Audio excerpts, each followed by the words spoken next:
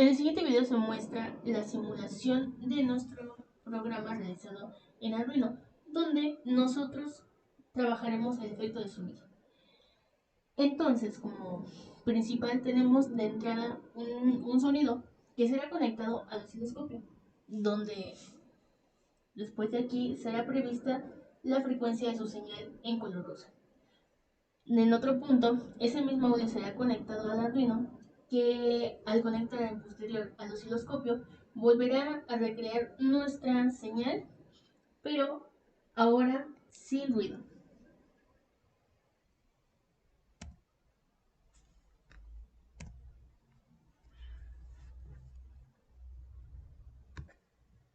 Ahora bien, en esta práctica se muestran los efectos de sonidos, pero en MATLAB, en donde nosotros realizaremos los efectos de sonido tales como el gato, el efecto guagua y flyer, donde nos encargaremos en jugar solo con los retrasos de la secuencia.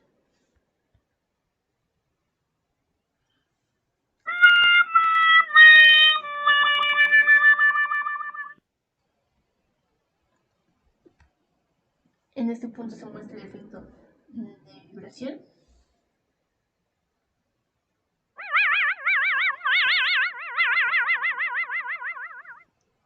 Y por último está el efecto WOW, que es donde tenemos el código previsto. Al realizar esta práctica, nosotros nos podemos percatar acerca de la posibilidad de crear efecto de sonido solo por retraer la secuencia de señal y observar cuál es la diferencia al solo jugar con esta frecuencia.